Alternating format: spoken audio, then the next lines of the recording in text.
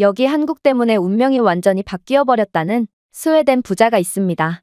아버지는 망나니 아들을 한국으로 보내버렸고 그렇게 한국에서 완전히 바뀌어서 돌아온 아들은 아버지의 인생마저 뒤바꿔 놓았다고 하는데요. 그렇다면 이들이 한국에서 대체 무슨 일을 겪었던 것인지 자세한 내용 살펴보도록 하겠습니다. 스웨덴인의 사연입니다. 안녕하세요. 저는 스웨덴에서 공구 사업을 크게 하고 있는 오스카르라고 합니다. 인건비가 엄청나게 비싼 스웨덴에서는 무언가 고장이 났거나 수리가 필요한 경우 절대로 사람을 부르지 않고 어떻게든 자신이 고쳐야 하는데요. 이렇게 자가수리가 유행할 수밖에 없던 스웨덴의 특성 탓에 제 사업은 큰 호황을 누릴 수 있었습니다. 그러나 문제는 아들 올리베르였어요. 저는 하나밖에 없는 아들 올리베르를 너무 귀하게만 키웠고 결국 아들은 경제관념도 없고 버릇도 아주 단단히 잘못 들어버렸거든요. 아들은 어차피 제 사업을 물려받을 건데 공부가 무슨 소용이냐며 공부도 안 했고 손에 물 한 방울 안 묻혀본 녀석답게 돈 벌기가 얼마나 힘든 건지도 몰랐죠. 그래서 매번 돈을 펑펑 써대기만 했어요.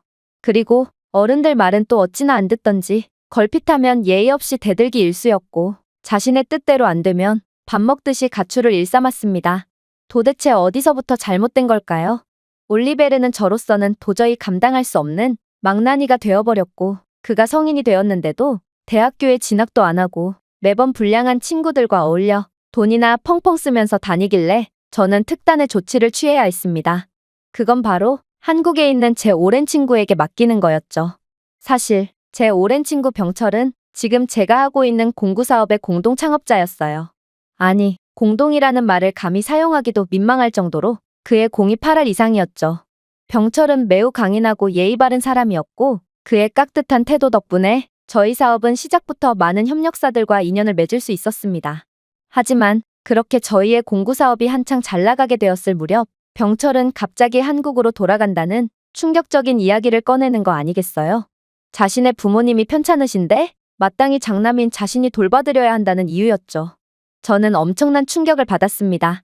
갖은 고생을 마치고 이제야 엄청난 돈을 벌 수 있는 기회인데도 그는 돈을 포기하고 가족을 선택한 것이기 때문입니다.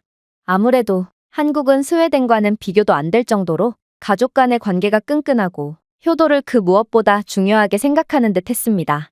그렇게 병철이 한국으로 떠난 이후에도 저희는 정기적으로 연락을 주고받았고 그는 지금 한국에서 인력사무소를 운영하고 있다는 것까지 알게 되었는데요. 병철이 카리스마 있게 직원들을 관리하는 모습을 직접 봤던 저로서는 그가 자신에게 딱 맞는 직업을 구했다고 생각했죠.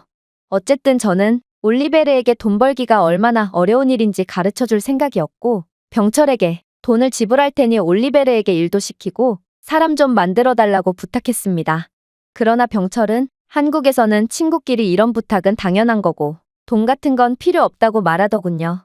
스웨덴에서는 친구끼리더라도 음식 하나 공유하지 않고 친구의 자식이더라도 식사조차 대접하지 않습니다.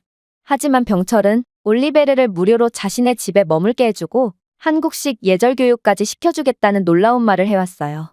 스웨덴의 정서로는 도저히 한국인인 그를 이해할 수 없었기에 어떻게든 그에게 답례를 해야겠다고 생각하며 억지로 올리베르를 한국으로 보냈습니다. 올리베르, 한국에서 1년간 살다 오렴. 네가 지금 한국으로 가는 걸 거부한다면 아빠는 모든 사업을 사회에 기부하고 이제부터 너에 대한 모든 용돈을 끊을 거야.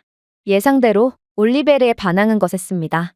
그러나 그는 돈이 없으면 자신은 아무것도 아니라는 사실을 잘 알고 있는 모양이었고 그렇게 올리베르는 한국으로 떠나게 되었죠. 몇 개월간 올리베르는 제 연락을 모두 무시했어요. 아마 자신을 뜬금없이 한국으로 보낸 저를 원망하는 모양이었고 한국 생활도 생각보다 녹록지 않은 모양이었죠. 그도 그럴 것이 병철은 생각보다 훨씬 버릇없는 올리베르를 건설 현장에서도 가장 힘든 곳으로 배치했다고 했고 그렇게 아나무인이던 아들은 돈 벌기가 이렇게나 어려운 것을 이제야 알았는지 매일 밤 눈물을 흘리며 잠을 청한다고 전해줬거든요. 저는 몹시 마음이 아팠지만 이건 올리베르를 위해서라도 옳은 결정이라고 생각했습니다. 그렇게 올리베르가 떠난 지 1년이 거의 다 되었을 무렵 올리베르는 제게 전화를 걸더니 충격적인 이야기를 하기 시작했어요. 아버지, 저 한국에서 조금 더 지내보려고요. 여기서 해보고 싶은 일이 생겼거든요. 솔직히 저는 올리베르의 말을 듣고 가슴이 철렁 내려앉는 기분이 들었습니다. 왜냐하면 하나밖에 없는 자식을 1년 동안 못 보는 것도 힘들었는데 이제는 언제 돌아올지도 모른다니 너무나도 절망스러웠거든요. 그러나 병철은 제게 아들을 한번 믿고 기다려주는 게 어떻겠냐는 조언을 건넸고 저는 고민 끝에 올리베르의 선택을 존중하기로 했습니다. 그렇게 2년 3년 시간은 계속 흘러갔고 그동안 제 사업은 점점 쇠퇴해 갔는데요. 아무래도 최근 들어 저와 같은 직종에 도전하는 사람들이 너무도 많아졌고 이들과 비교했을 때 제 사업이 뚜렷한 경쟁력을 가지지 못한 탓에 수입은 눈에 띄게 줄어만 갔습니다. 그러던 중 올리베르가 떠난 지 4년이 지났을 무렵 전화 한 통이 걸려오더군요. 아버지, 잘 지내셨어요? 저 다음 주에 스웨덴으로 돌아갈게요. 그건 올리베르였고 저는 뛸 듯이 기뻤습니다. 드디어 아들을 만나볼 수 있다니 세상을 다 가진 기분이었죠. 하지만 마음 한편에는 답답한 감정도 있었어요. 4년 전 나름 성공한 사업가에서 이제는 몰락해버린 영세 사업가로 전락해버린 제 모습을 보고 철없는 아들이 실망할 것이 뻔했기 때문입니다. 오랜만에 얼굴을 보는 아들의 용돈조차 챙겨줄 여유가 없을 정도로 제 사업은 궁지에 몰려 있었거든요. 그렇게 시간은 흘러 올리베르가 집에 돌아왔고 올리베르는 저를 보자마자 충격적인 행동을 하기 시작하더군요. 아버지, 아들이 인사 올릴게요. 예의라는 게 하나도 없었던 올리베르는 이 어색한 말을 끝으로 제게 무릎을 굽히며 절을 했어요. 어른을 봐도 고개 한번 끄덕이는 법 없던 올리베르가 이렇게나 변해오다니 정말 놀라웠습니다. 그러나 이건 아주 일부에 불과했어요. 올리베르는 식사를 할 때도 인사부터 올렸고 연장자가 포크를 들 때까지는 절대로 먼저 포크를 들지 않았습니다. 그리고 늘 용돈을 받아 쓰고 부족하면 제 지갑에 손을 대기도 했던 올리베르는 이제는 오히려 한국에서 벌어온 돈이라며 제게 꽤나 거금을 건네는 거 아니겠어요? 어떻게 도저히 가망 없는 망나니였던 올리베르가 이토록 완전히 변할 수 있던 건지 저는 한국에서 어엿한 남자가 되어 돌아온 올리베르에게 고맙기도 하고 대견하기도 했어요. 올리베르는 한국에서 병철에게 호된 가르침을 받고 예의와 효도에 대해 배웠다고 했는데요. 오히려 한국식 예절을 배운 이후 마음이 더 평온해지고 행복해질 수 있었다고 말하며 한국에서 값진 교육을 받고 돌아왔다고 했습니다. 제 인생의 은인이었던 병철은 제게 또다시 선물을 준 모양이었죠. 그리고 올리베르는 저희 집에 보일러실에 들어가더니 보일러 상태가 엉망이라며 자신이 수리해주겠다고 말했는데요. 이건 정말 놀라운 일이었습니다. 스웨덴에서 보일러공은 부르는 게 값이고 최소 300만 원은 줘야 보일러를 수리할 수 있거든요. 하지만 아들이 한국에서 이런 고급 기술을 배워서 오다니 정말 믿기지가 않았죠. 제 마음을 아는지 모르는지 올리베르는 인력사무소장인 병철 탓에 한국에서 별 사소한 일까지 전부 경험해봤다며 너스레를 떨었는데요. 건설 현장에서 일하는 것부터 고된 농장일까지 해봤고 이곳 현장에서 만난 한국인 아저씨들에게도 예의에 대해서 호되게 교육받았다고 하더군요. 그렇게 힘든 한국 생활을 이어나가다가 올리베르는 자신의 적성에 잘 맞는 보일러공 일을 배우게 되었다고 했는데요. 그는 자신을 마치 친조카처럼 잘 대해주고 자신의 기술을 가감없이 알려주는 한국인 사수를 만나 열심히 일을 배워 숙련된 보일러공이 되었다고 하더라고요. 놀라운 일이었어요. 스웨덴에서 보일러공은 연봉이 1억이 넘는 고소득 직업이거든요.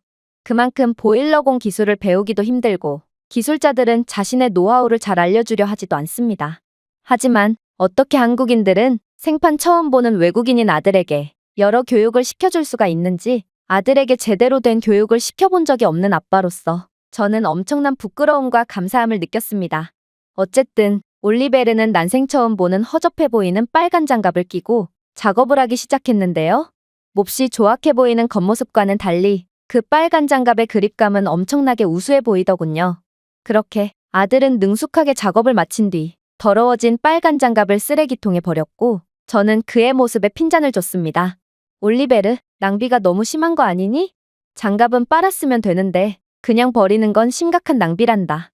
그러자 올리베르는 방긋 웃으며 대답했어요. 아버지, 이 장갑은 한국에서 200~300원밖에 안 해요. 제가 일하는 곳에서 대량 구매하면 그것보다도 더 저렴해지죠. 빨아서 쓰는 것보다 새 것 하나 꺼내는 게 더 싸게 먹힌다니까요. 이건 엄청나게 놀라웠습니다. 저도 공구 사업을 하면서 코팅 장갑을 판매하곤 하는데 빨간 장갑보다 그립감이 약한 장갑도 4,000원은 받거든요. 한국산 빨간 장갑은 저렴하고도 좋은 제품은 없다는 제 신념을 완전히 깨부수는 혁신적인 장비였던 것입니다. 저는 놀라서 올리베르가 가져온 한국산 빨간 반코팅 장갑을 자세히 살펴보기 시작했고, 이건 땀 배출도 좋고 그립감도 최고였어요. 기존 코팅 장갑은 통풍이 안 돼서 손이 습기로 가득해지며 비싼 가격 탓에 아무리 더러워져도 닦아서 재사용할 수밖에 없는데, 이 빨간 장갑은 저렴하면서도 기존 코팅 장갑의 완전한 상위 호환이었죠. 저는 이 한국산 빨간 반코팅 장갑을 공구 사업에 이용하면 엄청난 매출을 낼 수 있을 거라 확신했어요. 이건 저렴하고도 성능도 완벽한 기적과도 같은 제품이었거든요. 그렇게 저는 마지막 자금을 모아서 이 빨간 장갑을 발주하고 홍보하는 데 썼고, 정확히 2달 뒤 매출은 몇 배나 폭증했어요. 이상하리만큼 저렴한 가격에 반신반의해서 구매한 사람들이 압도적인 성능에 감탄하여 입소문을 내줬거든요. 선장들은 자신들의 선원들에게 빨간 장갑을 보급했고, 용접공이나 목수, 그리고 인건비 탓에 자가 수리를 하는 많은 스웨덴 사람들이 비싼 코팅 장갑 대신 한국산 빨간 반코팅 장갑을 찾기 시작했죠. 또한 빨간 장갑과 기존에 있던 공구들과의 조합도 훌륭한지 공구 매출도 급속도로 오르기 시작했는데요. 빨간 장갑은 그야말로 제 망해가던 사업을 완전히 다시 일으킨 거였습니다. 올리베르는 다시 자신감을 되찾은 저를 보고 흐뭇하게 웃으며 말했어요. 한국이 아버지와 제 인생을 완전히 바꿔놨네요. 그러고는 놀라운 이야기를 이어나가더군요. 아버지, 저 사실 한국에서 결혼할 여자를 만났어요.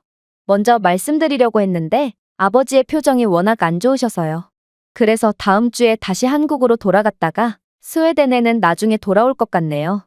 물론 스웨덴에서 보일러공으로 일하는 게 훨씬 많은 돈을 받겠지만 전 아직도 부족함을 느끼고 실력 면에서는 한국 아저씨들을 따라올 자가 없거든요.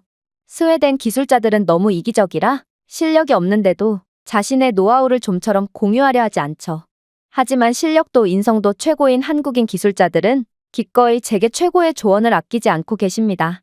저는 한국에서 더 숙련된 보일러공이 되어서 나중에 최고가 돼서 다시 찾아올게요. 저는 의젓한 어른이 되어 돌아온 올리베르의 모습이 자랑스러워졌습니다. 그리고 아들에게 꿈이 생긴 것을 안 이상 아들을 미련 없이 보내줄 수 있었어요. 저는 제 일을 하고 아들은 아들만의 일을 하며 멀리 있는 서로에게 응원을 보내주는 것도 충분할 테죠. 올리베르가 한국에서 어른이 될 수 있었듯이 언젠가는 올리베르의 자식들도 한국에서 더 양질의 가르침을 받고 신사가 되어 스웨덴으로 찾아오리라 믿어 의심치 않습니다. 이 외국인의 글은 여기까지입니다. 한국 덕분에 인생이 바뀐 스웨덴 부자의 사연이었습니다. 제가 준비해온 내용은 여기까지입니다. 끝까지 시청해주셔서 진심으로 감사드리며 여러분들의 구독과 좋아요, 알림 설정은 영상 제작에 큰 힘이 됩니다. 이상 세모튜브였습니다.